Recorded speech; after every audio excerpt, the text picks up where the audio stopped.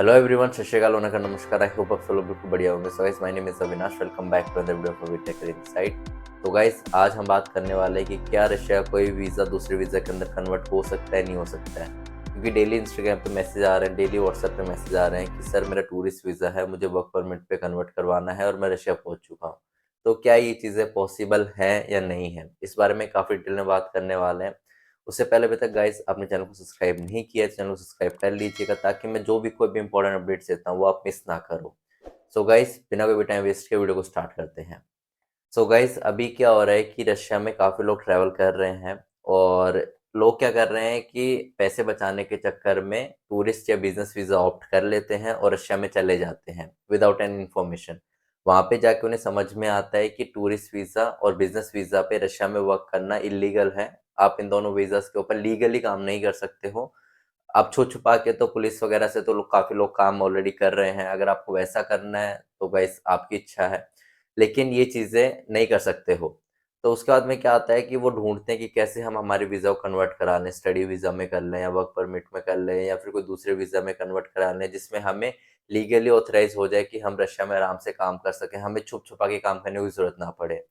तो गाइस, ऐसा पॉसिबल ही नहीं है कि आप रशिया में कोई भी वीज़ा के अंदर जा रहे हो, भले कोई भी वीज़ा हो सकता है, वो दूसरे वीज़ा के अंदर कन्वर्ट हो जाए, क्योंकि ये अलाउड ही नहीं किया जाता बाय द रशियन लॉज़। तो आपको ना इस चीज़ का ख़ास करके ध्यान रखना है और आपको ना थोड़ी इन्फॉर्मेशन रखनी है बिफोर गोइंग टू रशिया। जैसे कुछ लोग को ऑलरेडी पता है कि वो बिज़नेस वीज़ा पे रशिया में जाके काम नहीं कर सकते। और यहाँ पे लोग क्या करते हैं कि 1-1 साल का लोग को बिज़नेस वीज़ा पकड़ा देते हैं, वहाँ पे बोलते हैं कि आप 1 साल तक आराम से बेफ़िक्र होके काम कर सकते हो। आप एक बार में 1 साल तक नहीं रह सकते बिज़नेस वीज़ा के अंदर, आप सिर्फ़ 3 महीना रह सकते हो फर्स्ट टाइम में, देन 3 महीना आपको दूसरी कंट्री में रहना पड़ेगा या फिर आप अपनी होम कंट्री में रह सकते हो और बाकी 3 महीना फिर आप वापस रशिया रह सकते हो, बाकी 3 महीना आपको कोई दूसरी कंट्री में रहना पड़ेगा या फिर आप अपनी होम कंट्री में रह सकते हो।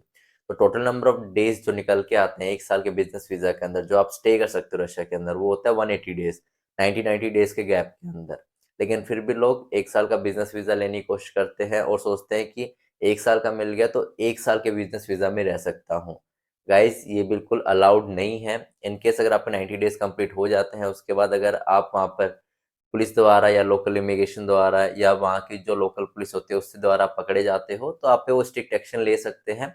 According to Russian laws already mention किया हुआ है। और चाहे तो वो स्ट्रिक्ट एक्शन ये भी हो सकता है कि आपके ऊपर अच्छा खासा फाइन लगा के आपको आपको होम कंट्री वापस भेज दिया जाए या फिर आपको रशिया से ब्लैकलिस्ट कर दिया जाए, ताकि आप रशिया फ्यूचर में कभी ट्रैवल ही नहीं कर पाओगे।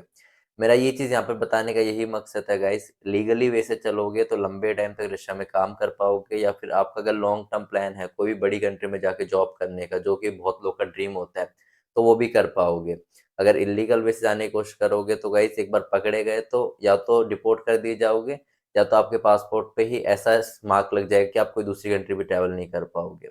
और गाइज़, उसके अलावा मैं ये भी चीज़ कहना चाहूँगा, जो भी लोग मुझे वर्क परमिट के लिए और बाकी चीज़ों के लिए अप्रोच कर रहे हैं, मैंने ऑलरेडी व्हाट्सएप पे मेंशन किया हुआ है, आपके पास एक प्री डिफ़ॉल्ट मैसेज आ जाएगा। अगर आपको वर्क परमिट चाहिए तो आपको आपका रिज़्यूमे भेजना है सबसे पहले। उसके बाद में मैं आपका रिज़्यूमे देखूँगा, उसके बाद में अगर आपका रिज़्यूमे शॉर्टलिस्ट हो जाता है कोई भी कंपनी के द्वारा जो रशिया में अभी काम के लिए ढूँढ रही हैं लोगों को, उसके बाद हम आगे बात कर सकते हैं। और गाइज़, उस मैसेज को ना थोड़ा-सा ब्रीफली पढ़ लीजिए, उसमें मैंने क्या-क्या चीज़ें मेंशन करी हैं। टूरिस्ट वीज़ा के लिए मैंने बताया, बिज़नेस वीज़ा के लिए बताया, मैंने स्टडी वीज़ा के लिए बताया है। तो उस मैसेज को रीड करो, उसके बाद में अगर आपको वन टू वन कम्युनिकेट करना है, मैंने काफ़ी छोटी-सी फ़ीस रखी हुई है, ₹500, जो कि भाई बहुत कम अमाउंट होता है। ₹500 तो लोग बाहर जाके ऐसे ही खर्च कर देते हैं। तो अगर आपको वन टू वन कम्युनिकेट करना है, तो आप वो अमाउंट पे कर सकते हो, देन हम आराम से बैठ के on video call, on voice call, जैसा आपको कंफर्टेबल लगता है, हम वैसे भी बात कर सकते हैं। एक टाइप का अपॉइंटमेंट बुक हो जाएगा जिससे हम बात कर पाएँ। और गाइस, फिर से रिपीट कर रहा हूँ कि रशिया के अंदर कोई भी वीज़ा कन्वर्ट नहीं होता है। ऑलरेडी काफ़ी लोग मुझसे यही क्वेश्चन बार-बार पूछते हैं और मैंने मेरी काफ़ी वीडियोज़ में भी लोग को बताया है। गाइस, यहाँ पर मैं एक और चीज़ कहना चाहूँगा, जो भी लोग कोई भी वीज़ा पे प्रोसेस करवाते हैं तो उस वीज़ा की इन्फॉर्मेशन भी ज़रूर रखो। जैसे सपोज़ कि काफ़ी लोग बिज़नेस वीज़ा पे ट्रैवल करते हैं, उन्हें बिज़नेस वीज़ा के बारे में कुछ पता ही नहीं होता है कि कितने टाइम तक रह सकते हैं, क्या-क्या कंडीशंस होती हैं। जब हमें एयरपोर्ट पे जाना होता है तो इमिग्रेशन के दौरान हमें किन-किन चीज़ों का ध्यान रखना चाहिए। उनको बस ये पता होता है कि 1 साल का मिल गया तो 1 साल रह सकता हूँ। गाइस, उसके अलावा भी बहुत सारी चीज़ें होती हैं जिनके बारे में ध्यान रखना होता है। और गाइस, इन चीज़ों का ध्यान रखो और उसके अलावा गाइस, अगर किसी को कोई भी हेल्प चाहिए तो जाओ मेरे व्हाट्सएप पे क्लिक करो, एक मैसेज आएगा, उस मैसेज को पढ़ो पहले, उसके अकॉर्डिंग ही आपको रिएक्ट करना है कि आपको कौन-सा वीज़ा चाहिए। देन फिर हम आगे मैं आपको सारी चीज़ें इन्फॉर्मेशन प्रोवाइड कर दूँगा। इसके अलावा रशिया में इस वक़्त सैंक्शन लगा हुआ है, तो अगर किसी को एयरोफ्लॉट की फ्लाइट बुकिंग में कोई भी हेल्प चाहिए, क्योंकि काफ़ी लोग मुझे टेक्स्ट करते हैं कि सर हम दूसरी एयरलाइन से ट्रैवल कर रहे थे और हमें बोर्ड ही नहीं करने दिया गया। और इस बारे में मैंने काफ़ी डिटेल में कुछ वीडियोज़ भी बनाई हैं, तो आप जाके वो चेकआउट कर सकते हो। तो आपको ये सारी चीज़ें एक्सपीरियंस ना करनी पड़े, तो एयरोफ्लोट की फ़्लाइट टिकट्स अगर आप फ्लाई करना चाहते हो, तो इंडिया में इस वक़्त एयरोफ्लोट की फ़्लाइट टिकट बुकिंग नहीं हो पाएगी, क्योंकि कोई भी मास्टर कार्ड, वीज़ा कार्ड नहीं चल रहा है, सिर्फ़ रशियन बैंक के कार्ड्स काम कर रहे हैं। अगर उसमें भी आपको अगर कोई भी हेल्प चाहिए, तो भी आप मुझे अप्रोच कर सकते हो। मैं आपको फ़्लाइट टिकट्स और बाकी चीज़ों के लिए भी हेल्प आउट कर दूँगा, जो भी रशिया के रिगार्डिंग आपको कोई भी डॉक्यूमेंटेशन वगैरह भी चाहिए होगा तो। उसके अकॉर्डिंग जो भी उसकी सर्विस फीस होगी वो आप पे कर दीजिएगा और आपको डॉक्यूमेंट्स वगैरह सारी चीज़ें रेडी होके विद इन अ वीक मिल जाएँगे।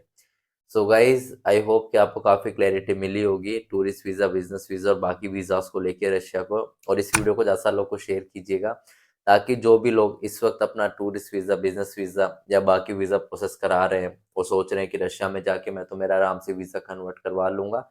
ऐसा कुछ कंट्रीज़ में होता है, वहाँ पर आप जाके टूरिस्ट वीज़ा पे जॉब मिल जाती है, तो आप अपना वीज़ा कन्वर्ट करा सकते हो, लेकिन रशिया में ये चीज़ें नहीं होती हैं गाइज़। इसीलिए मैं आप सब लोग को अभी से अवेयर कर रहा हूँ, और वीज़ाज़ के बारे में इन्फॉर्मेशन रखो, ताकि एयरपोर्ट पे जाके या वहाँ पे जाके अगर आपको कोई इमिग्रेशन कंसल्टेंट के द्वारा आमना-सामना हो जाता है, तो आपके पास इन्फॉर्मेशन होनी चाहिए कि आप बोल पाओ कुछ। ब्लैंक होने का मतलब ये रहता है कि आपके पास इनफ इन्फॉर्मेशन नहीं है, तो वो आपके ऊपर एक्शन ले लेंगे जो उन्हें ठीक लगेगा। इन्फॉर्मेशन होगी तो गाइज़ आप बोल पाओगे। सो गाइज़ आई होप कि आपको काफ़ी क्लैरिटी मिली होगी वीडियो से, तो लोग को शेयर भी ज़रूर कर दीजिएगा और चैनल पे नए चैनल को सब्सक्राइब भी कर दीजिएगा। आने वाले टाइम पे और भी अमेज़िंग कंटेंट होने वाला है, रशिया को लेके और जिस भी कंट्री में हम ट्रैवल करेंगे। So guys that's all for the today's video. जय हिंद, जय भारत।